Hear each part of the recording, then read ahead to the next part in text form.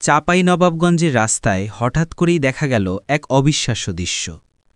৪,০০০ মোটরসাইকেলের এক বিশাল শোভাযাত্রা। রাস্তা কাঁপিয়ে চলা সেই বাইকের বহর দেখে অনেকেই হতবাক। প্রশ্ন একটাই, এটা কি শুধুই নির্বাচনী প্রচার, নাকি এর আড়ালে ছিল আরও বড় কোনো রাজনৈতিক বার্তা? আজকের এই পর্বে আমরা খুঁজে বের করব চাঁপাইনবাবগঞ্জের এই রাজনৈতিক শোডাউনের ভেতরের লুকানো গল্পটা। চলুন একটু পেছনে যাওয়া যাক। সেই দিন সকাল ১১টার দিকে নবাবগঞ্জ সরকারি কলেজ গেট থেকে শুরু হয় এই বিশাল মোটরসাইকেল র্যালি। একটা, দুইটা নয়, হাজার হাজার বাইক। পুরো শহর যেন এক মুহূর্তে পরিণত হয় শব্দ আর উচ্ছ্বাসে ভরা রাজনৈতিক উৎসবে। শোভাযাত্রা ঘুরে বেরিয়েছে শহরের ব্যস্ততম রাস্তাগুলো। নিউ মার্কেট, বিশ্ব রোড হয়ে শেষ হয়েছে চাঁপাইনবাবগঞ্জ পৌরসভা চত্বরে। রাস্তার দুপাশে দাঁড়িয়ে মানুষ মোবাইল হাতে ভিডিও করছে, কেউ বিস্মিত, কেউ উচ্ছ্বসিত। এমন আয়োজন আগে খুব একটা দেখা যায়নি, অন্তত এই জেলায় তো নয়ই। তাহলে প্রশ্ন হল, কেন এই আয়োজন? এর পেছনে কে ছিলেন? এই শোভাযাত্রার কেন্দ্রীয় মুখ নুরুল ইসলাম বুলবুল। তিনি শুধু চাঁপাইনবাবগঞ্জ ৩ আসনের প্রার্থী নন, বাংলাদেশ জামায়াতে ইসলামের নির্বাহী পরিষদের সদস্য এবং ঢাকা মহানগর দক্ষিণের আমির, অর্থাৎ দলের একজন হেভিওয়েট নেতা যার উপস্থিতি নিজেই একটা বার্তা বহন করে। তবে তিনি একা ছিলেন না, তার পাশে ছিলেন সাবেক মেয়র, সাবেক এমপি আর জেলা জামায়াতের অনেক শীর্ষ নেতা।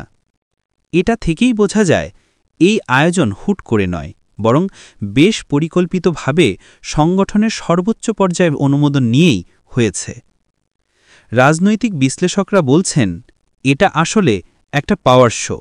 আসন্ন ত্রয়োদশ জাতীয় সংসদ নির্বাচনের আগে নিজেদের সাংগঠনিক শক্তি ও জনপ্রিয়তা প্রদর্শনের চেষ্টা। এখন চলুন দেখি এই বিশাল র্যালির পর প্রার্থী নুরুল ইসলাম বুলবুল তার বক্তৃতায় কি বললেন। তার বক্তৃতার শুরুটা ছিল প্রতিপক্ষকে আক্রমণ করে। তিনি বলেন, জামায়াতের পক্ষে যে গণজোয়ার তৈরি হয়েছে তাতে প্রতিপক্ষ ভয় পেয়ে অপপ্রচার চালাচ্ছে। এরপরই তিনি দিক ঘুরিয়ে দিলেন নিজের দলের দিকে। বললেন, জামায়াতে ইসলামী জনগণের কল্যাণে রাজনীতি করে, ক্ষমতার জন্য নয়। এই বার্তাটা ভোটারদের উদ্দেশ্যে খুব স্পষ্ট। আমরা শাসক হতে চাই না, আমরা হতে চাই জনগণের সেবক। আরও বললেন, তিনি চাঁপাইনবাবগঞ্জকে একটি নতুন সমৃদ্ধ শহর হিসেবে গড়ে তুলবেন, একটি শহর যেখানে থাকবে উন্নয়ন, শিক্ষা, কর্মসংস্থান আর শান্তির পরিবেশ।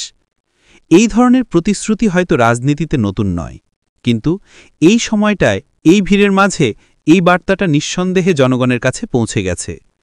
সব মিলিয়ে এই র্যালি আসলে একটা রাজনৈতিক বার্তা। ভোটের আগে সংগঠনের শক্তি দেখানো, ভোটারদের উৎসাহিত করা আর প্রতিপক্ষকে মানসিকভাবে চাপে ফেলা। প্রচারের ভাষায় একে বলা যেতে পারে গ্রাউন্ড পাওয়ার প্রজেকশন। এমন আয়োজনের মাধ্যমে তারা জানিয়ে দিতে চেয়েছে, আমরা মাঠে আছি, আমরা প্রস্তুত। কিন্তু এখানেই আসে সবচেয়ে বড় প্রশ্ন, এমন বিশাল মোটরসাইকেল মিছিল দেখে কি সত্যি ভোটারদের মন পরিবর্তন হয়? রাজনৈতিক শক্তি দেখানোর এই কৌশল ভোটের মাঠে আসলে কতটা কার্যকর? এই প্রশ্নটাই হয়তো আগামী নির্বাচনের ফলাফলে সবচেয়ে বড় উত্তর হয়ে আসবে। আপনার কি মনে হয়, চাঁপাইনবাবগঞ্জের এই বিশাল বাইক শোডাউন কি সত্যিই নির্বাচনের মাঠে কোনো পরিবর্তন আনবে, নাকি এটা ছিল শুধুই একটি শক্তির প্রদর্শনী? আপনার মতামত কমেন্টে জানাতে ভুলবেন না। আর যদি ভিডিওটি ভালো লেগে থাকে তাহলে লাইক দিন, সাবস্ক্রাইব করুন আর সাথে থাকুন বাংলাদেশের রাজনীতি ও নির্বাচনের অন্তরালের গল্প জানতে প্রতিদিন ৩৬J24-এর সঙ্গে।